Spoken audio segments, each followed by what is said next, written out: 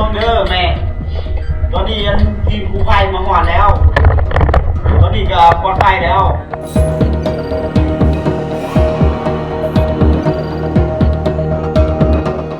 ไปดีเสือมืดมาตอบเป็นห่วงเด้อพ่อแม่แข็งแห้งอยู่มืดก็สิได้ฮอดบ้านแล้ว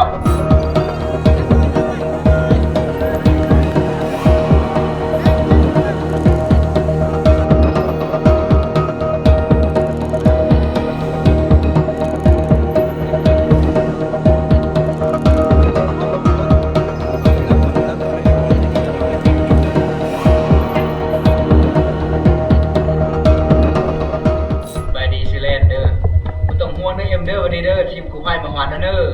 ลูกยังแข็งแห้งดีเด้อจนไหนลูกเอาไปหาเด้อเด้อ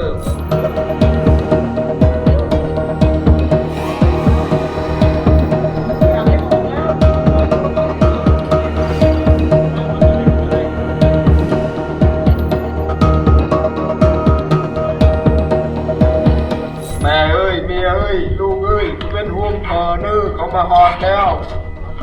มือจะออกไปแล้วดูเว้ย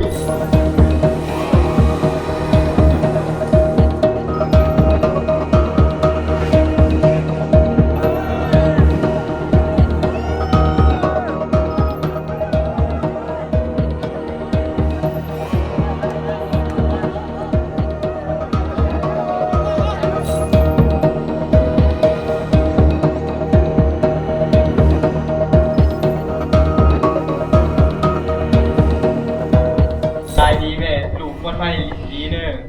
2-3 มื้อดูเขาไปหาเราก็ต้องเป็นห่วงลูกยังเข้มแข็ง